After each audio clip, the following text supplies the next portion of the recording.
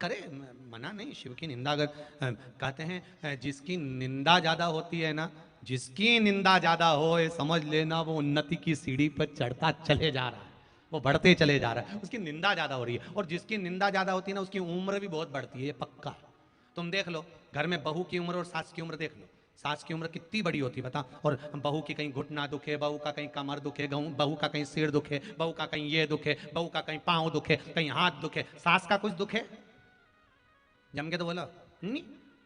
बहू थोड़ा सा काम करे थक जाए, सास 50 लोगों का काम करे ऐसी चटपट पल्लू बंदा चली चली चली और काम धड़ धड़ करे। क्यों? उसका कारण है बहू सास की इतनी निंदा करती है तो सास और ज्यादा युवान होती चली जाती है, और ज्यादा।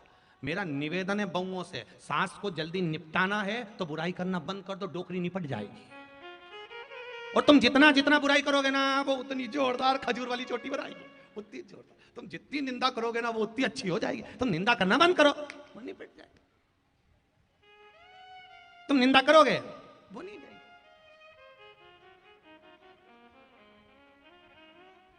और मेरा सासुओं से निवेदन है, जब जब दिवाली आए, छठ आए, बहू को एक साड़ी अच्छी वाली दिलाओ और के दिलाओ, अच्छा हुआ तूने मेरे सारे रोग मिटा दिए, तू निंदा करती रहती है मैं अच्छी होती चली जाती हूँ, ऐसी साड़ी पहन पहन के और निंदा कर ले जा। और अरे शिव महापुराण कहती है एक राजा बीमार पड़ गया, राजा को रोग हो गया, इतना भयंकर रोग कि शरीर गल गल के नीचे गिरने लगा। राजा का शरीर नीचे गिरने लगा तो राजा ने सारे डॉक्टरों को दिखाया, वेदों को दिखाया, हकीमों को दिखाया, रोग नहीं मिटा।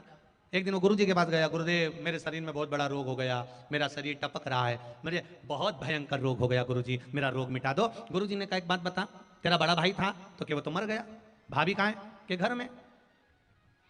गुरुजी ने कहा एक काम कर, भाभी जिस कमरे में जाकर सोती है उस कमरे के बाहर दरी बिछाकर तू सो, किसी को मालूम नहीं पड़ना चाहिए कि तू भाभी के कमरे के बाहर सो रहा है।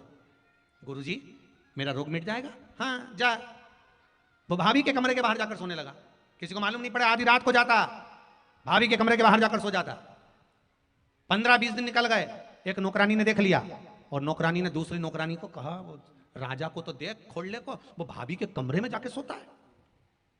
दूसरी ने तीसरी से कहा, तीसरी ने चौथी से कहा, चौथी ने पांचवी से कहा, अरे देख तो सही वो राजा को, इतना बड़ा राजा और बेचारा भाई मर गया तो भाभी के कमरे में जाके सोता है। सारे नगर में बात हो गई, लोग थू थू करने लगे, गालियां देने लगे, अपशब्द कहने लगे।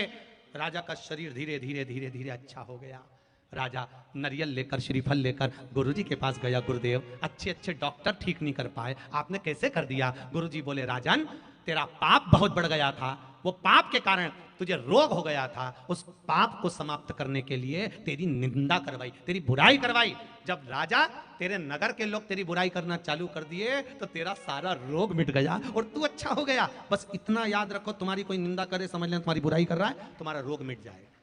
अगर कोई बड़ी बड़ी बीमारी है ना तो मिट जाती है निंदा करने से। इसलिए पहले लोग कहते थे निंदक न्यारे राखिए आंगन कुटी छवा। कोई करे बुराई करे, कितनी करेगा, करने